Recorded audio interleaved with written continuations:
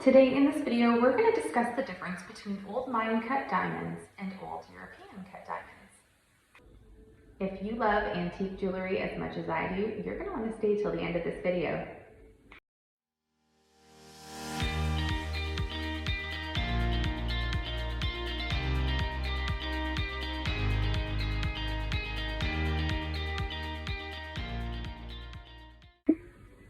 Old hand-cut diamonds are magical, and they can help us to date a piece of jewelry depending on the faceting style. This is my favorite image to show the difference between the two faceting styles of the old mine cut and the old European cut. I actually keep this on my desk in the lab. It's a great visual to show clients when I'm working with vintage or antique pieces. First, let's explore in detail the old mine cut diamond. Old mine-cut diamonds date back to an era when diamonds were cut and polished by hand. They have a soft, imperfect quality with larger facets than modern brilliant-cut diamonds. This diamond cut was common in the 18th and 19th century.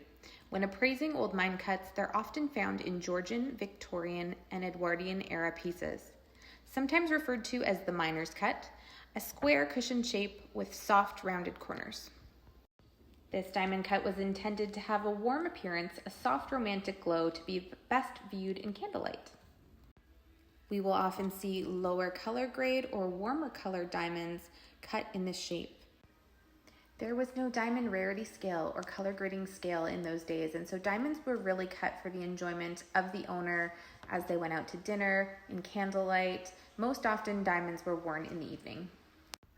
Now let's in more detail break down the faceting style of the old mine cut. That way we have something to compare with the old European when we get to that next. The old mine cut diamond has a relatively small table, as you will see pointed out on this diagram. The table is the flat facet on the very top center of the diamond. It has quite a large, obvious culet, and the culet, as you can see from the bottom portion of the diagram, is that flat facet that's located on the bottom of the diamond. In modern cut diamonds, that culet is where we will now find a point. Imperfect symmetry is probably one of the most obvious observations when looking at old mine cut diamonds. Generally, they're known to be that soft, cushion cut shape, but even then, the symmetry tends to be off. After all, we have to remember that these were cut by hand, and so you'll find that in a cluster design, like for example, some of the navette rings, so they're those marquee-shaped cluster rings, the diamonds aren't calibrated to size. They're all different sizes and slightly all different shapes.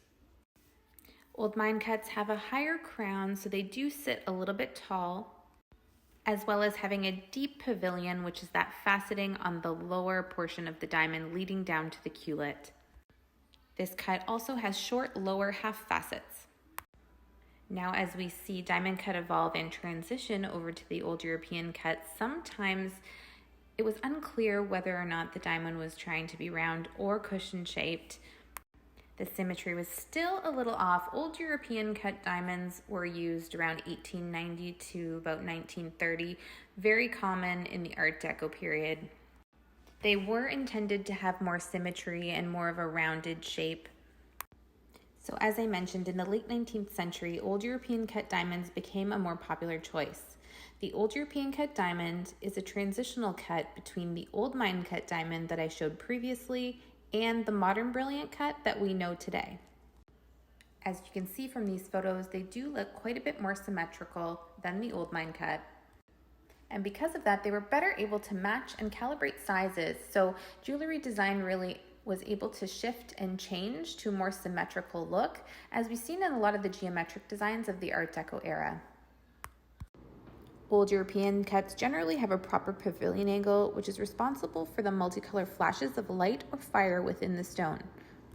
So while the nature of the old European cut favors dispersion and fire, the modern round brilliant cut maximizes sparkle and brilliance, which creates that signature black and white pattern that you see play across the surface of a modern cut diamond. Now let's break down the faceting style on our diagram so that we can compare it to the old mine cut. As you can see, a beautifully round, more symmetrical shape.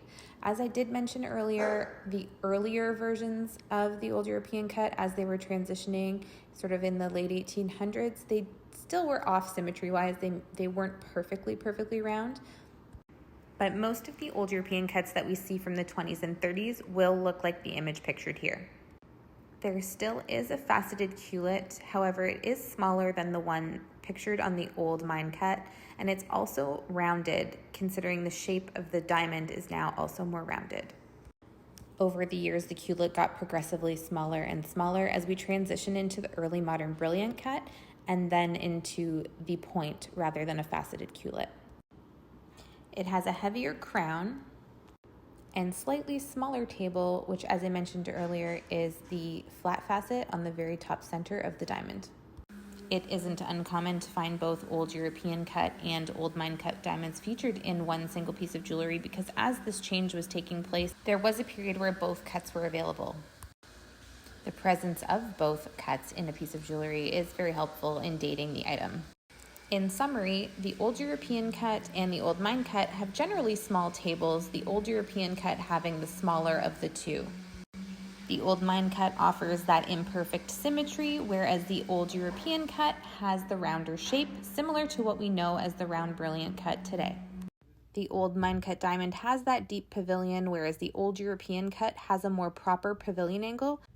This can be observed when viewing both diamonds and how they uniquely interact with the light source. I hope you found this video helpful in explaining the differences between these two diamond cuts of the past. If you enjoyed this video, please consider liking and subscribing. Hit the notification bell. We would love